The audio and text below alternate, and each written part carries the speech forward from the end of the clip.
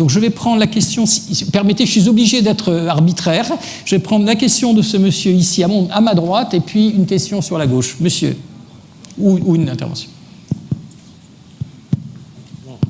Vous ne me reconnaissez plus, mais je suis votre élève. Alaina, j'ai fait un an avec vous aussi en France. Je m'appelle Moubarak Lo, je suis conseiller économique du Premier ministre du Sénégal. D'abord, je voudrais dire au Maroc bienvenue à la CEDEAO. J'apprécie beaucoup ce qui a été dit tout à l'heure. En fait, c'est un changement systémique, comme dit le directeur général de l'AFD. Il y aura avant et après l'arrivée du Maroc. Il faudra peut-être concevoir tout ça et expliquer. Par rapport à la coopération internationale, on n'a pas parlé de transfert de technologie. Aujourd'hui, j'ai lu un excellent livre qui était fait sur les relations entre le Japon et l'Asie du Sud-Est. Ça s'appelait Growing Under the Rising Sun. Aujourd'hui, l'Afrique a vraiment besoin. Pouvez-vous être très bref pour donner une petite chance à d'autres? Donc, c'est le transfert de technologie. Le deuxième point, c'est les skills, vocational training, formation professionnelle. Des activités. Enfin, il faudrait avoir une alliance. On a une alliance pour le Sahel, une alliance pour la croissance accélérée en Afrique. Merci. Merci. Alors, Monsieur Ahmed ici, puis allez-y, monsieur, vous avez le micro, allez-y, et puis Massoud après. Merci beaucoup pour ce panel passionnant. Vous avez mentionné dans votre avant-dernier point l'ajustement structurel, et Rémi a mentionné le sujet de l'endettement souverain. Effectivement, depuis la fin de l'initiative PPT, enfin en tout cas son début, les pays africains ont retrouvé une dynamique d'endettement massive, en particulier avec la Chine, mais aussi des marchés obligataires dans un environnement de taux bas. Or, il y aura donc des échéances importantes à refinancer dans les 10 années à venir, qui peut accélérer une crise de la dette et donc pénaliser l'investissement. Quelle est votre analyse de la situation et comment y remédier? Okay. Je vais vous proposer de prendre encore 3 autres interventions, puis de laisser 1 minute à chaque intervenant pour dire un petit mot. Alors, Madame Dessouche, Monsieur Ahmed, ce monsieur ici de ce côté-là, et puis je suis obligé de clore, je suis désolé. Oui, merci beaucoup. Christine Dessouche, Université de Paris 1, Panthéon-Sorbonne et Université d'Abomey-Calavi au Bénin. Et ça me permet d'être un observateur privilégié depuis le Bénin de cette coopération internationale que vous avez évoquée de façon passionnante. Une seule question. Jean-Michel, tu disais que la Chine était le grand absent de ce débat. Moi, je dis, je n'ai pas entendu le mot démocratie et droits de l'homme.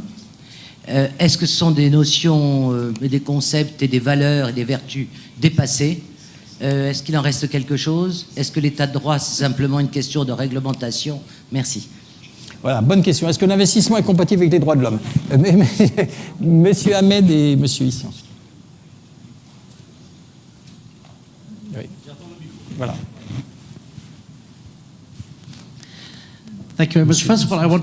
Merci. Je voudrais remercier les organisateurs qui ont consacré cette session à l'investissement au niveau de l'Afrique.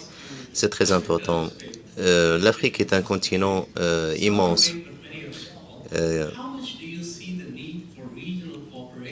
Quel est en fait l'impact du regroupement régional pour accélérer le développement du continent africain, la coopération régionale? Merci beaucoup. J'adresse en fait ma question à M. Tarab. Le Maroc est le pays qui investit le plus en fait en Afrique par rapport aux autres pays. Est-ce que vous avez impliqué aussi les fonds souverains du Golfe pour les attirer vers le continent africain? 1 minute, je suis désolé, nous devons être brefs, nous sommes déjà en retard. Et puis nous le faisons dans ce sens-là. Moustapha, tu voulais démarrer? Yes, very quickly. Ah oui, brièvement. La technologie a été mentionnée. La technologie, en fait, est universelle. Il n'y a pas de marché, mais l'innovation est fondamentale et la réussite est tributaire de l'innovation. Même au niveau des business models, c'est très important. Vous avez parlé du renforcement des capacités. Ceci nécessite aussi une volonté pour s'appuyer sur les innovations, y compris parmi les outils de financement au niveau des continents africains. Et c'est très important, c'est stratégique pour changer en fait les bureaucraties lourdes et les mener à innover et à relever les défis de la bonne gouvernance. Mais les choix restent posés. Si nous voulons en fait des solutions aux problèmes, il faudrait s'appuyer sur l'investissement, sur les innovations et prendre en considération qu'il y a plusieurs façons d'aborder les investissements à travers les multinationales. Pour les attirer, il faudrait leur améliorer le doing business au niveau des pays du continent africain pour les attirer et réussir ainsi le renforcement des capacités au niveau local, mais aussi au niveau régional. Monsieur Rio, très bref, technologie, formation professionnelle. On a une très belle expérience ici au Maroc sur l'automobile, sur l'aéronautique, donc on peut partager avec des résultats en termes de création d'emplois qui sont magnifiques. La dette, j'en ai dit un petit mot dans mon 33% du PIB, le crédit c'est 33% du PIB africain, c'est très faible. C'est 80 en Europe, c'est 160 en Chine. Donc il y a un sujet de réendettement de l'Afrique. Simplement, il faut que ce réendettement ne soit pas souverain. La Chine prend toute sa place dans les institutions internationales. La Chine est observatrice au Club de Paris maintenant.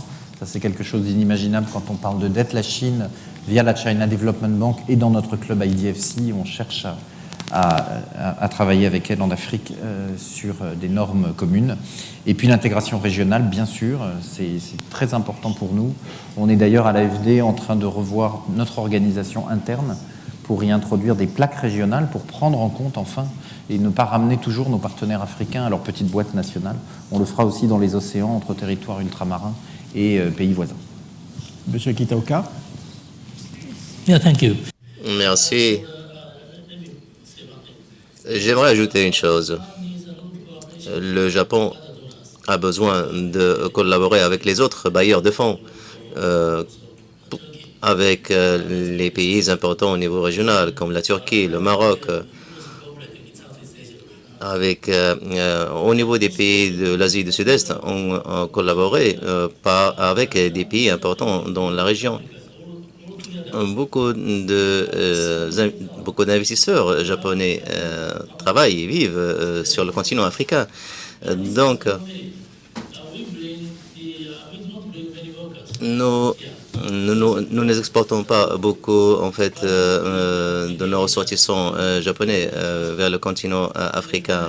Nous voudrions bien sûr aider au transfert de technologie. Nous voudrions aussi renforcer la démocratie au niveau du continent africain parce qu'effectivement, il faudrait garantir le développement économique, mais aussi consolider les bases des droits de l'homme.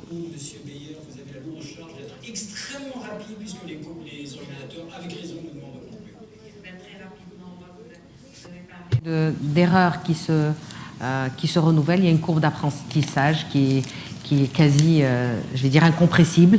Une partie de la courbe d'apprentissage. Je voudrais parler de deux choses. L'innovation, en effet, comme a dit M. Terrab, joue un rôle fondamental. La digitalisation également de tous nos process, qu'ils soient du secteur privé ou l'administration. Mais je voudrais parler, le mot de la fin, c'est founding. Donc le financement. Le financement est très important. On a des difficultés à building capacities pour accompagner les conducting projects. This is a key. C'est un élément fondamental en matière de l'accompagnement de développement des pays et aussi des financements du secteur privé. Vous demandez qu'est-ce qu'on pourrait en fait faire aux côtés de GIZ ou de l'Agence française de développement. Comment mieux accompagner, comment mieux financer le renforcement des capacités pour le secteur privé.